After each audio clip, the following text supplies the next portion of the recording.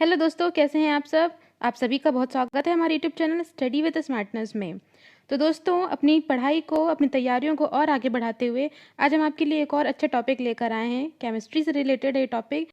तो दोस्तों, जुड़े रहिए हमारे वीडियो में अंत तक और हमें ज़रूर कमेंट करके बताएं आपको हमारे सेशंस किस तरह लग रहे हैं, इसमें और किस तरह की आपको आवश्यकता है अगर इस चीज़ की, तो हमें कमेंट करके अपने डाउट्स क्लियर कर सकते हैं। तो दोस्तों, चलिए फिर स्टार्ट करते हैं आज का हमारा ये सेशन। तो आज को हमने जो टॉपिक लिया है वो है क्लोरीन के बारे में। तो क्लोरीन के बारे में आज हम आपको पूरी जानकारी देने वाले हैं। बहुत ध्यान से सुनिएगा, बहुत अच्छी पूरे इंपॉर्टेंट फैक्ट्स है। एक लाइन इसकी बहुत ही इंपॉर्टेंट है दोस्तों, एग्जाम में इसमें से कहीं से भी क्वेश्चंस बन सकते हैं। तो प्लीज़ पूरा वीडियो देखिए लास्ट तक और बताइए कि इसमें कोई भी डाउट हो अगर आपको, तो कमेंट करके आप हमसे पूछ सकते हैं।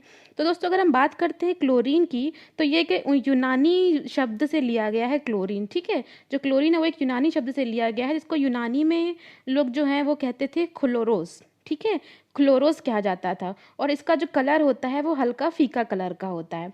तो दोस्तों, अगर हम क्लोरीन की बात करते हैं तो इसे हम एक और नाम से जानते हैं, वो नाम आप याद रखिएगा। इसका जो एक और नाम है वो है नीरजा। ठीक है, नीरजा। जो क्लोरीन का एक और नाम है वो है नीरजा, लेकिन इसे यूनानी लोग इसे इसका नाम कहते थे क्लोरोस। ठीक है, तो अगर हम इसकी खोज की बात करते हैं तो इसकी जो क्लोरीन की खोज है वो शैले ने की थी 1774 में। नाम याद रखिएगा, शैले ने। ठीक है, शैले ने इसकी खोज की 1774 में। लेकिन अगर नामकरण की बात करें तो वो है आपके डेवी। डेवी ने इसका नामकरण किया है और इसकी खोज जो हो गई थी 1774 में शैले ने की थी। जिस तरह से सबको पता है कि इसका संकेत क्या है दोस्तों, इसका संकेत है आपका कैपिटल में सी और स्मॉल एल। ठीक है, याद रखिएगा, सी कैपिटल और स्मॉल एल। तो इसे हम क्लोरीन से दर्शाते हैं आवर्त सारणी में। अगर हम आगे बढ़ते हैं इसकी कुछ और जानकारी के साथ दोस्तों, तो जो क्लोरीन होता है उसकी परमाणु संख्या 17 होती है।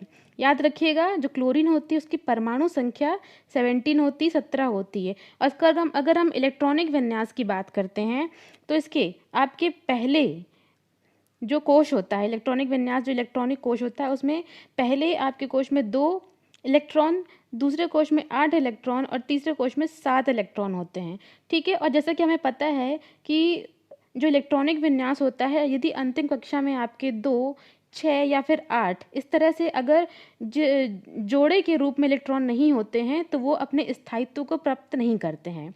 ठीक है, यदि अगर हम किसी तत्व की बात करें, केवल क्लोरीन नहीं, किसी भी तत्व की अगर हम बात करें आवर्त सारणी में, तो क्या होता है उसका जो अंतिम प्रकोष्ठ होता है इलेक्ट्रॉनिक विन्यास करने पर, तो अंतिम प्रकोष्ठ में जो होता है उसके या तो 2 इलेक्ट्रॉन हो, या तो 6 इलेक्ट्रॉन हो, या फिर 8 इलेक्ट्रॉन हो। तो जो आपका परमाणु होता है वो स्थायित्व को प्राप्त कर लेता है। किंतु जैसा कि हमने देखा, जो क्लोरीन के अंतिम जो यहाँ पर है इलेक्ट्रॉनिक विन्यास जो है उसमें अंतिम इलेक्ट्रॉनों की संख्या 7 है। तो ये इस तरह से इसका अष्टक पूर्ण नहीं होता, इसे कहते हैं कि अष्टक पूर्ण नहीं ये होता है और ये अस्थाई कंडीशन में होता है। तो इसलिए से ये क्या होता है, अपने अष्टक को पूर्ण करने के लिए, अपने स्थायित्व को प्राप्त करने के लिए इसकी जो प्रवृत्ति है वो हो जाती है द्विपरमाणिक प्रवृत्ति। तो द्विपरमाणिक प्रवृत्ति का मतलब होता है कि जितने भी आपके क्लोरीन, फ्लोरीन, आयोडीन आदि जो जितने भी तत्व हैं, ये आपके 2 परमाणुओं के रूप में हमें वायुमंडल में, हमारे वातावरण में मिलते हैं। ये कभी भी आपको केवल Cl मतलब कि एक परमाणुक अवस्था में नहीं मिलेंगे। ये हमेशा आपको क्लोरीन, ब्रोमीन, आयोडीन जितने भी आपके होंगे उसमें आपने देखा होगा 2 हमेशा लगा रहता है। ठीक है, क्लोरीन, फ्लोरीन, ब्रोमीन जितने भी होते हैं वो हमेशा अपनी द्विपरमाणुक अवस्था में पाए जाते हैं। ठीक है दोस्तों, इसके बारे में और जानकारी लेते हैं हम। तो दोस्तों देखिए, जब क्लोरीन के बारे में एक बहुत इंपॉर्टेंट चीज़ है कि ये हैलोजन ग्रुप से बिलोंग करता है। हैलोजन ग्रुप क्या होते हैं दोस्तों, हैलोजन जो होते हैं आपके अम्ल बनाने में हेल्प करते हैं। ठीक है, अम्ल जो बनाने की प्रक्रिया होती है वो हैलोजन्स के द्वारा ही पूरी की जाती है। तो जो आपके हैलोजन्स हैं वो कौन कौन से हैं, इनके नाम आप अच्छे से देख लीजिए। तो सबसे पहले इसमें नाम आता है, जैसे कि हमने पढ़ा कि क्लोरीन, आयोडीन, फ्लोरीन, एस्टेटिन और ब्रोमीन। ये पांचों नाम अच्छे से याद रखिएगा दोस्तों। हैलोजन ग्रुप में कौन कौन से तत्व आपके शामिल हैं, सबसे पहला इसमें फ्लोरीन, आयोडीन, क्लोरीन, एस्टेटिन और ब्रोमीन, ये आपके हैलोजन ग्रुप्स में शामिल हैं। ठीक है, आई होप आपको क्लियर हो गया होगा हैलोजन ग्रुप्स। चलिए फिर आगे बढ़ते हैं कुछ और जानकारी के लिए। कैसे होता है, क्लोरीन जो है वो प्रकृति में किस प्रकार प्राप्त होती है। तो देखिए दोस्तों, अगर हम बेसिक सी बात करें कि शुरुआती तौर पर जो क्लोरीन कैसे बनाई गई थी, तो जो क्लोरीन थी दोस्तों वो आपकी इस प्रक्रिया के द्वारा शुरुआती तौर पर क्लोरीन बनाई गई थी। कैसे बनी थी देखिए, जो हाइड्रोक्लोरिक अम्ल होता है हमारा और हमारा मैग्नीज ऑक्साइड होता है, ठीक है, MnO2 मतलब कि मैग्नीज ऑक्साइड और हाइड्रोक्लोरिक अम्ल, इन दोनों की क्रिया करने के फलस्वरूप हमारा जो है क्लोरीन गैस मुक्त की गई थी। तो शुरुआती दौर में जब हमें अध्ययन करना था क्लोरीन का निर्माण करना था, तो इस प्रक्रिया के थ्रू, ये जो आपका रासायनिक स्टेटमेंट आपको दिया गया है दोस्तों, इसे आप बहुत अच्छे से ध्यान से देख लीजिएगा। एग्जाम में पूछा जाता है कि ये कौन सी प्रक्रिया के थ्रू क्लोरीन गैस को मुक्त किया गया था, क्लोरीन गैस का अध्ययन किया गया था। तो ये आपका ये इस रासायनिक अभिक्रिया को आप अच्छे से याद कर लीजिएगा। 4Cl plus MnO2 is equal to MnCl2 plus Cl2 plus 2H2। मतलब कि अगर इसे हिंदी में पढ़ें तो हाइड्रोक्लोरिक अम्ल की क्रिया मैग्नीज ऑक्साइड से की जाती है, ठीक है, और तब जाकर हमें क्लोरीन गैस प्राप्त होती है। अगर हम औद्योगिक विधि की बात करें दोस्तों, कि जो रासायनिक अभिक्रियाएं रासायनिक उद्योग होते हैं, उनमें क्लोरीन किस तरह से जो है विकसित की जाती है, उसका निर्माण किया जाता है। तो इसके लिए आपकी दो बेसिक विधियाँ जो हैं प्रचलित हैं। एक है आपकी डीकन की विधि, सिर्फ नाम आता है दोस्तों, इसमें आपको ज़्यादा अंदर की प्रोसेस जानने की आवश्यकता नहीं है, एग्जाम में सिर्फ आपका इसके नाम पूछा जाता है। पहली तो होती है आपकी डेकन की विधि और दूसरा होती है ब्राइन के विद्युत अपघटन की विधि, ठीक है, ब्राइन के विद्युत अपघटन के द्वारा। अब दोस्तों यहाँ पर देखिए एक टर्म आ रही है ब्राइन। तो ये ब्राइन क्या होता है दोस्तों, अगर आपने हमारे पिछले वीडियोस देखा होगा तो उसमें ये क्वेश्चन जो था हमने इंक्लूड किया था आपके लिए कि ब्राइन क्या होता है। तो ब्राइन क्या होता है दोस्तों, एक तीव्र खारा जल होता है ब्राइन, ठीक। तीव्र जो खारा जल होता है उसे हम ब्राइन कहते हैं। तो एक्चुअली ये तीव्र खारा जल होता क्या है, ये होता है आपका सोडियम क्लोराइड, ठीक है, sodium chloride, sorry NaCl। NaCl क्या, ये किस चीज़ का सूत्र है दोस्तों, आप खुद ही बताइए कि जो NaCl है वो किसका है, सोडियम क्लोराइड आपका नमक का सूत्र है, ठीक है। तो जो औद्योगिक क्षेत्रों में अगर क्लोरीन की आवश्यकता है तो वहाँ पर ये सबसे इजी विधि पाई जाती है ब्राइन के विद्युत अपघटन के द्वारा, क्योंकि विद्युत अपघटन के द्वारा क्या होता है, Na अलग आयन के रूप में विकसित हो जाता है और क्लोरीन अलग आयरन के रूप में एक गैस के रूप में हमें प्राप्त हो जाती है, ठीक है। तो दोनों विधियों के नाम आप याद रखिएगा कि क्लोरीन जो हमें मिलती है वो डीकन विधि और ब्राइन विद्युत अपघटन की विधि द्वारा प्राप्त होती है। चलते हैं आगे कुछ और जानकारी के लिए दोस्तों।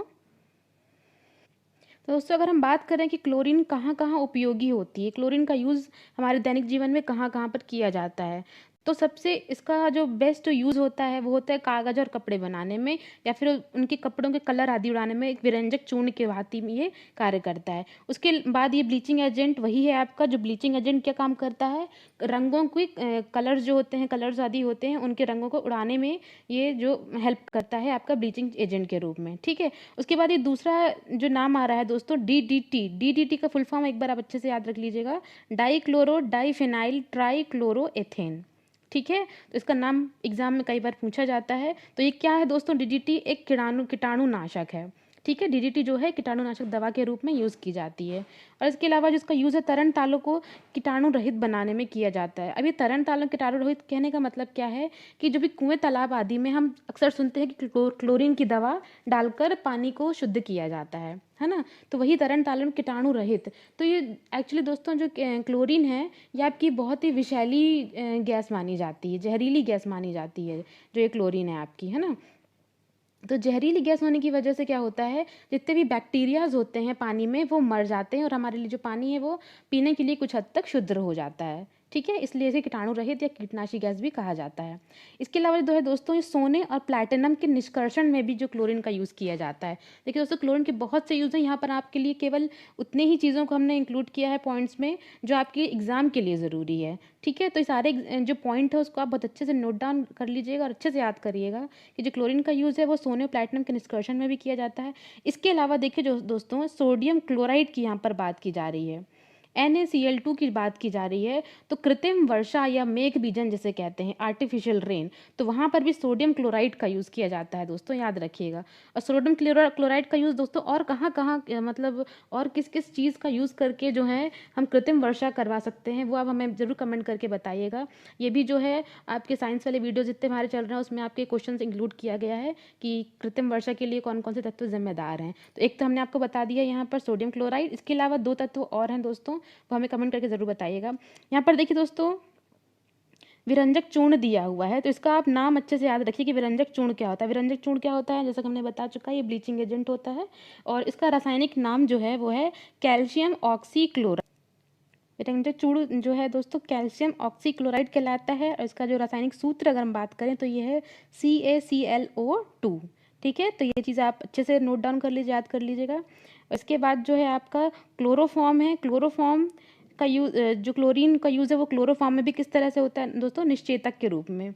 निश्चेतक मतलब कि जो भी आपके शल्य चिकित्सा आदि क्रियाएं होती है वहाँ पर बेहोश के जो भी आप किया जाता है ना वहाँ पे ऑपरेशन के थ्रू, तो वहाँ पर क्लोरोफॉर्म का यूज़ किया जाता है। तो इस क्लोरोफॉर्म का नाम क्या होता है, ट्राईक्लोरोमीथेन। ठीक है, ट्राईक्लोरोमीथेन मतलब कि CHCl3 क्लोरोफॉर्म। इसके अलावा फॉस्फीन गैस, फॉस्फीन गैस भी जो दोस्तों PH3 के रूप में से डिनोट करते हैं। तो ये फॉस्फीन भी बहुत ही जहरीली गैस है।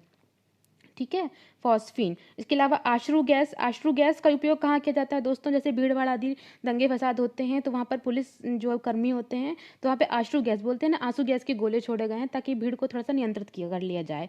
तो ये आशरू गैस जो होती है उसका रासायनिक नाम है आपका क्लोरोपिक्रिन। ठीक है, क्लोरोपिक्रिन नाम याद रखिएगा। तो ये आशरू गैस जो है दोस्तों इसका सबसे पहले जो यूज़ किया गया था वो पहले विश्व युद्ध में, फर्स्ट वर्ल्ड वॉर में आपका यूज़ किया गया था जर्मनी के द्वारा। याद रखिएगा ये फैक्ट अश्रु गैस से रिलेटेड है कि जर्मनी में भी इसका यूज़ किया गया था फर्स्ट वर्ल्ड वॉर के द्वारा। ठीक है, इसके अलावा आपकी मस्टर्ड गैस आती है दोस्तों, इसका यूज़, ये भी एक तरह की जहरीली गैस है, मस्टर्ड गैस या फिर से कहते हैं सल्फर मस्टर्ड कहते हैं। ठीक है, सल्फर मस्टर्ड। और ये इसका जो रासायनिक फॉर्मूला होता है ये CH4 8Cl2S। ठीक है, सल्फर गैस या फिर मस्टर्ड गैस कहते हैं। इसके अलावा देखिए तो जो सोडियम क्लोराइड का कच्चे लवण के रूप में भी रासायनिक जो आपकी फैक्ट्रीज होती हैं तो वहाँ पर सोडियम क्लोराइड का जो यूज़ है वो कच्चे लवण के रूप में किया जाता है। ठीक है, तो आगे बढ़ते हैं दोस्तों कुछ और जानकारी के लिए। तो दोस्तों अगर हम इसके एक और यौगिक की बात करें, क्लोरीन के एक और यौगिक होता है पोटेशियम क्लोराइड, है ना। पोटेशियम क्लोराइड जो होता है, तो पोटेशियम क्लोराइड जो एकमात्र एक ऐसा लवण है जिसका जो पीएच मान है वो वो 7 होता है। पीएच मान क्या होता है इसका, 7 होता है पोटेशियम क्लोराइड का। तो देखिए दोस्तों जबकि ये लवण है उसके बाद भी इसका पीएच मान 7 क्यों होता है, ये एक एक्सेप्शन अपवाद के रूप में आपके क्वेश्चंस आ सकता है एग्जाम में, क्योंकि जो ये पोटेशियम क्लोराइड है वो द्रवित अवस्था में यदि होगा तभी इसका जो पीएच मान है 7 माना जाता है। ठीक है, तो पोटेशियम क्लोराइड का नाम आप याद रखिएगा।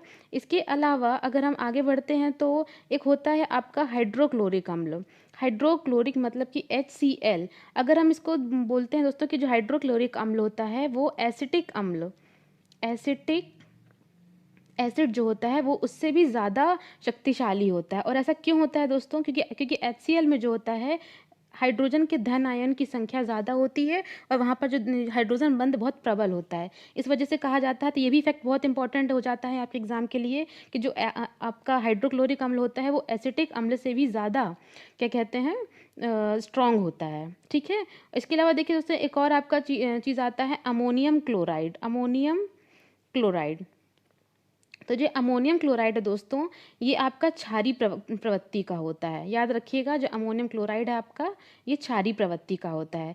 ठीक है, इसके अलावा अगर हम एक और चीज़ आपको बताना चाहेंगे दोस्तों, एक और चीज़ के बारे में कि जो एक होता है THM। याद रखिएगा THM। अब ये THM क्या है दोस्तों, THM का जो फुल फॉर्म है वो है आपका ट्राई हेलो मीथेन। ठीक है, ट्राई हेलो मीथेन। तो THM का क्लोरीन से क्या रिलेटेड है दोस्तों, क्योंकि देखिए जब जब भी हम स्विमिंग पूल आदि की बात करते हैं, स्विमिंग पूल में जैसा कि आप सभी को पता होता है क्लोरीन गैस में क्लोरीन की दवाइयाँ मिलाई जाती हैं ताकि पानी को साफ रखा जा सके। लेकिन दोस्तों एक्चुअल में जो क्लोरीन है उसके कारण से THM वैल्यू बढ़ जाती है और और ये शरीर में डायरेक्ट आपके कैंसर का कारण बन जाता है। ठीक है, THM। तो याद रखिएगा इस तथ्य को कि क्लोरीन की वजह से आपका THM जो होता है ट्राई हेलोमीथेन वो आपके शरीर में प्रवेश कर जाता है और वो एक बहुत बड़े कैंसर का कारण बन जाता है। इसलिए वो जाता है स्विमिंग पूल आदि में अगर आप जा रहे हैं तो पूरे प्रिकॉशंस के साथ जाना चाहिए और ज़्यादा देर तक उसमें पानी में आपको नहीं रहना चाहिए, ये आपके लिए जहरीला हो सकता है। इसके अलावा दोस्तों अगर हम क्लोरीन के एक और तथ्य के बारे में बात करें, जो क्लोरीन होता है वो आपके वायुमंडल का अंग नहीं है। अगर आपके पास ऑप्शन आता है और उसमें 4 गैसों के नाम दिए रहते हैं, जिसमें क्लोरीन भी अगर इंक्लूड है तो क्लोरीन जो है वो आपके वायुमंडल का अंग नहीं माना जाता है, ये वायुमंडल में स्वतंत्र अवस्था में नहीं पाया जाता है। ठीक है। इसके अलावा जो ये आपकी क्लोरीन गैस होती है दोस्तों, ये जल में बहुत अधिक विलेय होती है। जैसा हमने अभी स्विमिंग पूल का एग्जाम्पल लिया है, तो उसके अनुसार आप समझ सकते हैं कि जो क्लोरीन गैस है वो जल में बहुत अधिक विलेय होती है। अगर हम क्लोरीन की बंधुता की बात करें दोस्तों कि किस तत्व के साथ क्लोरीन की बंधुता सबसे ज़्यादा होती है, तो वो है आपकी हाइड्रोजन। हाइड्रोजन के साथ ये ईजिली बॉन्ड हो जाती है और एक नए यौगिक का निर्माण कर लेती है। तो क्लोरीन की जो इलेक्ट्रॉन बंधुता है वो हाइड्रोजन के साथ सर्वाधिक होती है। इसके अलावा दोस्तों अगर हम इसके बात करते हैं तो ये एक अच्छे ऑक्सीकारक की तरह कार्य करती है। जो क्लोरीन है हमारी वो एक अच्छा ऑक्सीकारक है। ठीक है। और इसके लास्ट में एक और पॉइंट बहुत ही इंपॉर्टेंट हो जाता है इसमें दोस्तों, अगर हमसे पूछा जाता है कि सबसे प्रबल अम्ल कौन सा है प्रकृति में, सबसे प्रबल अम्ल स्ट्रॉन्ग एसिड की अगर हम बात कर रहे हैं तो वो है आपका ट्राइक्लोरो एसिटिक अम्ल। सबसे प्रबल अम्ल है ये ट्राइक्लोरो एसिटिक अम्ल। ठीक है। तो ये भी क्या है, क्लोरीन का ही एक यौगिक है, इसका नाम आप याद रखिएगा दोस्तों। घबराने की आवश्यकता नहीं दोस्तों, आपको ये सारी डिटेल आपको पीडीएफ में बहुत अच्छे से मिल जाएंगी। तो आपको कैसा लगा आज का हमारा वीडियो दोस्तों, प्लीज़ हमें लाइक कमेंट करके ज़रूर बताइएगा। तो चलिए मिलते हैं तब तक नेक्स्ट वीडियो में दोस्तों, मिलेंगे अगले वीडियो में, तब तक के लिए धन्यवाद।